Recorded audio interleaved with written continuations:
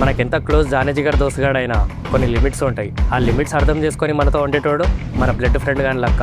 అదే నమ్ముతున్నాడు కదా అని లిమిట్స్ క్రాస్ చేసి మోసం చేస్తే వాడిని మొత్తంకి దూరం పెట్టాలి. నాకు ఇద్దరు స్కూల్ దోస్తులు ఉన్నారు, ఒకడు రోహన్, ఇంకోటి మోహన్. అట్లనే గల్లీ దోస్తులు కూడా ఉన్నారు, ఒకడు రాజా, ఇంకోటి విశ్వ. వాళ్ళిద్దరికి ఎక్కువ పరిచయం లేదు, కానీ నాకు వీళ్ళిద్దరు ఎట్లనో వాళ్ళిద్దరు అట్లనే. వీళ్ళ గురించి కొంచెంసేపు పక్కన పెడదాం. మీకు ముందు ఒక అమ్మాయి గురించి చెప్పాలి. ఆ అమ్మాయి పేరు సంధ్య. తను ప్రతి సంవత్సరం సంక్రాంతి దసరా పండుగలకి తన అమ్మమ్మ వాళ్ళ ఇంటికి వస్తుంది. ఆ అమ్మమ్మ వాళ్ళ ఇల్లు మా ఇంటి దగ్గరనే ఉంటుంది. అట్లనే ఈసారి దసరాకి తన అమ్మమ్మ వాళ్ళ ఇంటికి వచ్చింది.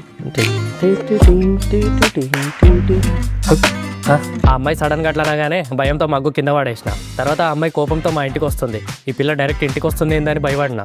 నేనేం తెలియనట్టు ఇంటికి వెళ్ళి టీవీ చూస్తున్నా. ఆ అమ్మాయి డైరెక్ట్ ఇంటికి వచ్చింది. నాకేమో టెన్షన్ అవుతుంది, చెప్పడానికి వచ్చిందేమో అని. ఆంటీ ఒక డ్రెస్ ఉంది కుడతారా? ఈవినింగ్ బతుకమ్మ ఉంది కదా, వేసుకుందామని. ఆ పిల్ల కావాలని నన్ను భయపెట్టిద్దామని అట్లా చేసింది. లాస్ట్ 2 years నుంచి తను వచ్చిన ప్రతిసారి నేను ఆ అమ్మాయిని చూస్తున్నానని ఆమెకు తెలుసు. నేను తనని ఫస్ట్ టైం చూసింది సంక్రాంతి రోజు. నేను తీస్తానుండు, ఓకేనా? ఎగ్రేయాలా? ఆ సంక్రాంతి అప్పుడు తనని ఫస్ట్ టైం చూసిన. మా ఇంటి పక్కన బామ్మకి బంగారం లాంటి మనవరాలు ఉందని అప్పుడే తెలిసింది. పండుగ అయిపోయి వెళ్ళేటప్పుడు తనని దూరం నుంచి చూసిన, కానీ తను చూడలేదు. నేను తనని రెండోసారి చూసింది మళ్ళీ దసరా రోజు. ఈసారి కోయిన్సిడెన్స్ ఏంటంటే అనుకోకుండా మేము వాళ్ళ ఇంటికి జమ్మి పెట్టడానికి వెళ్ళినాం.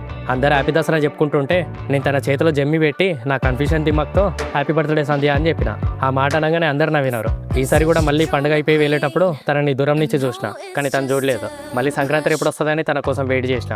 నేను తనని మళ్ళీ 3వసారి సంక్రాంతికి వస్తుంది కదా చూద్దామని వెయిట్ చేస్తున్నా, కానీ తను ఈసారి పొద్దునుంచి కనిపించలేదు. అసలు వచ్చిందా రాలేదా చూద్దామని ఇంటి దగ్గరికి వెళ్ళి చూసిన. అక్కడ చాలా చెప్పులు కనిపించినాయి. అప్పుడే ఆ అమ్మాయి కూడా కనిపించింది. చెప్పలు గుడి దగ్గరే అనుకున్నా, ఇంటి దగ్గర పెడితే కూడా ఎత్తుకపోతారా మీ ఊర్లో? అయ్యో చీ, నేను క్యాజువల్గా మీ ఇంటి సైడ్ చూసిన. నేను షాప్కి వెళ్తున్నా. షాప్కి వెళ్తున్నావా? మీ మమ్మీ కుట్టిన బట్టలు ఇవ్వడానికి వెళ్తున్నావా? మీకెట్లా తెలుసు? నాకు మా అమ్మమ్మ అన్నీ చెప్పింది. మీరు చాలా మంచోళ్ళంట కదా, మీ మమ్మీ బట్టలు కుడుతుందని. కానీ నువ్వు ఇట్లాంటి అని వీళ్ళకి తెలియదు అనుకుంటా. అయ్యో ఎట్లాంటి సంధ్య, నీ చెప్పులు ఎత్తుకుపోయేటోని అయితే కాదు నిజం. అది కాదు మరి, పండుగలకి నేను రావడం కోసం వెయిట్ చేస్తున్నావని. మీ మమ్మీ మీద రెస్పెక్ట్తో నేనేమంటలేను, లేదంటే మా వాళ్ళకి ఎప్పుడో చెప్పేదాన్ని. నువ్వు నన్ను సంవత్సరానికి 2 సార్లు చూసి మళ్ళీ 6 నెలలు వెయిట్ చేసి నీ టైం వేస్ట్ చేసుకోకు. నీ మంచి కోసమే చెప్తున్నా. ఈసారి కూడా పండుగ అయిపోయి వెళ్ళేటప్పుడు తనని దూరం నుంచి చూస్తున్నా, కానీ ఈసారి ఆ అమ్మాయి కూడా నన్ను చూసిందంటే ఏదో ఒక ఫీలింగ్ నా మీద స్టార్ట్ అయినట్టే కదా అనుకొని ఆ హ్యాపీనెస్తో ఇంకో 6 months వెయిట్ చేసిన. మళ్ళీ నేను తనని 4వసారి దసరాకి చూసిన. ఈసారి కూడా మా వాళ్ళు జమ్మి పెట్టడానికి వెళ్తారని ఎక్కడికి వెళ్లకుండా నేను మా వాళ్ళతోనే ఉన్నా.